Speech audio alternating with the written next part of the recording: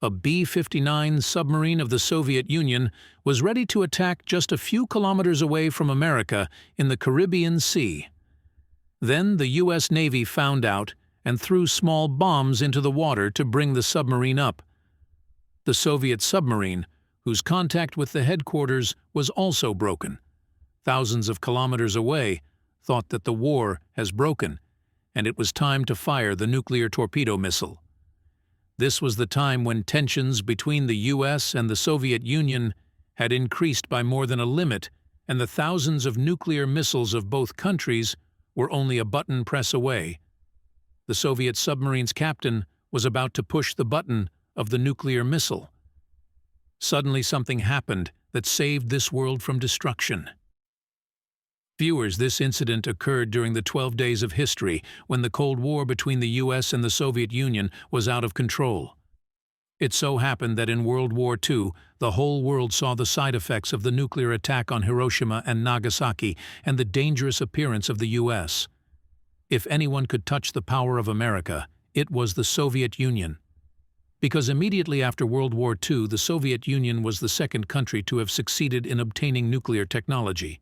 They indirectly indicated to the United States, after doing many nuclear tests, that we are not Japan who will sit quietly as a result of the attacks. This was the time when the Cold War was going on between the United States and the Soviet Union. Both countries were in conflict. The Soviet Union and the U.S. always kept their nuclear weapons ready against each other, whether to attack from the ground, air, or sea. The world knew very well that if either of them took part in a nuclear attack, the next country would also respond with a nuclear missile. And as a result, the destruction of the world would be much more dangerous than the nuclear attacks on Japan. To make these attacks more effective, American and Soviet bomber aircraft were always in the air. Even their nuclear submarines were waiting for just one signal to attack.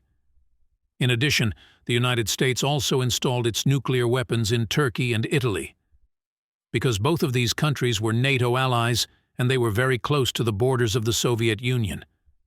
It made America's position even stronger because it would be easier to attack the western part of the Soviet Union from here. But when the Soviet Union got the news, they also decided to install their nuclear weapon near America. The best spot for this work was Cuba Island, just 200 kilometers southeast of America. At that time, Cuba had a pro-communist government that America was not able to control at all. In America's eyes, Cuba was the ally of the Soviet Union, because the Soviet Union was the core of communism. Communism means that all businesses will be under the control of the government and everyone will get an equal share of it. That is, classes such as rich or poor will not be able to be formed in the society. While Soviet Union wanted the whole world to be a part of it, it was not possible to do so. The United States also wanted to create a capitalist system in Cuba, a kind of free market that would do business and generate its own profit. America also wanted to bring a capitalist system by attacking Cuba on its own, but Cuban President Fidel Castro had the support of the Soviet Union, which also supplied weapons to Cuba. But in order to build good relations with Cuba, the Soviet Union was thinking of something else. At that time, Soviet President Nikita Putin was also a part of the Soviet Union. The Soviet Union created a secret deal with Cuban President Fidel Castro, in which it was decided that the Soviet Union would install its intercontinental ballistic missiles and ICBMs in Cuba, in exchange for which it would also save Cuba from the U.S. attacks. But another advantage was that the Soviet nuclear warheads could now easily hit the South American region. This deal was a means to pressure someone to run for president and to keep the country, and the Soviet Union has started installing its ICBMs in various locations in Cuba in a top-secret manner. But this news had spread throughout the United States in the form of rumors. People were afraid that Soviet nuclear missiles had been installed in Cuba only 200 kilometers from Florida. The White House has denied all these news, and during the 1962 state election campaign, people were convinced that all these news are baseless. But in search of knowing the truth, the U-2 spy plane of the U.S. Air Force was used. The spy plane captured images from above Cuba Island in which clearly the medium-range R-12 and the U-2 spy plane were seen. And the intermediate-range R-14 ballistic missile facilities were also seen.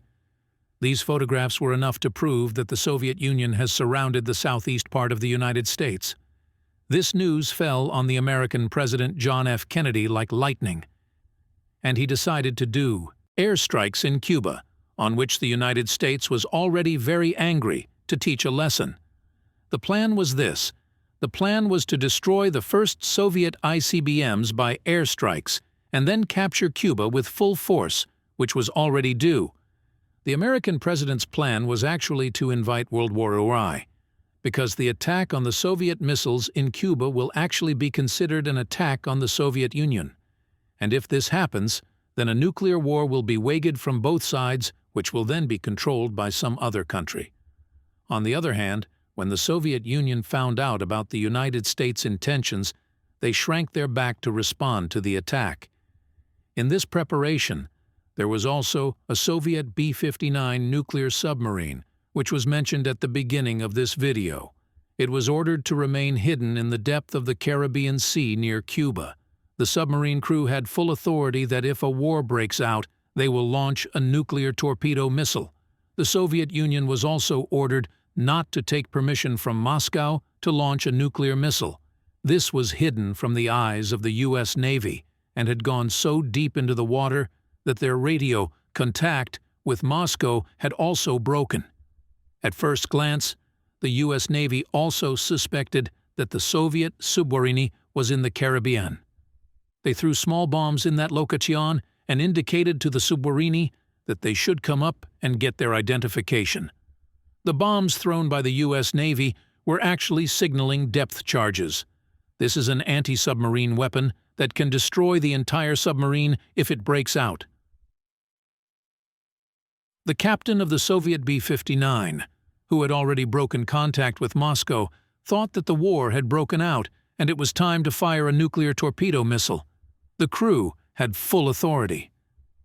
But before pressing the button for nuclear, the three officers in the submarine were very important. Two of the three officers were in favor of firing a nuclear torpedo missile. While one officer was not in favor of this attack, Executive Officer Vasily Arkhipov was the second in command of the B-59, but he decided to go against the other two officers. And in the meantime, there was a debate between the three. Arkhipov said that it was very risky to fire a nuclear missile while he had no confirmation of the start of the war. For many minutes this debate continued, and after that it was decided that the B-59 should be taken to the surface and first contacted Moscow so that the real situation could be understood. At the time when this whole incident was going on in the B-59 submarine, Russian and the American president had a meeting to neutralize this increasing tension, in which it was decided that the Soviet Union would ask for its nuclear missiles back from Cuba, but only on the condition that the United States would not occupy Cuba later. This was a deal that was put in front of the public. But later it was found that the United States had secretly agreed to this, that it would also take its nuclear missiles from Italy and Turkey. The tension that had been going on for 12 days is now known as the Cuban Missile Crisis. For these 12 days, tensions had increased so much that both countries had sent their nuclear missiles to space, which meant that if we survived and the war did not start, then these missiles would be torn into space. And if we do not survive, then these missiles will come directly to their target and fall. But because this crisis was now over, these nuclear missiles were torn into space. On the other hand, when the B-59 submarine reached the surface of the Caribbean, they contacted Moscow, on which they were ordered to return to the Soviet Union. Historians believe that the executive officer Vasily Arkhipov was the person of the world, because of whom we are living in the world today because of this historic decision. Otherwise, this nuclear war would have been so severe that perhaps there would not have been a name and a sign of humans in this world. Hopefully, you will like and share this video. See you in the next great video.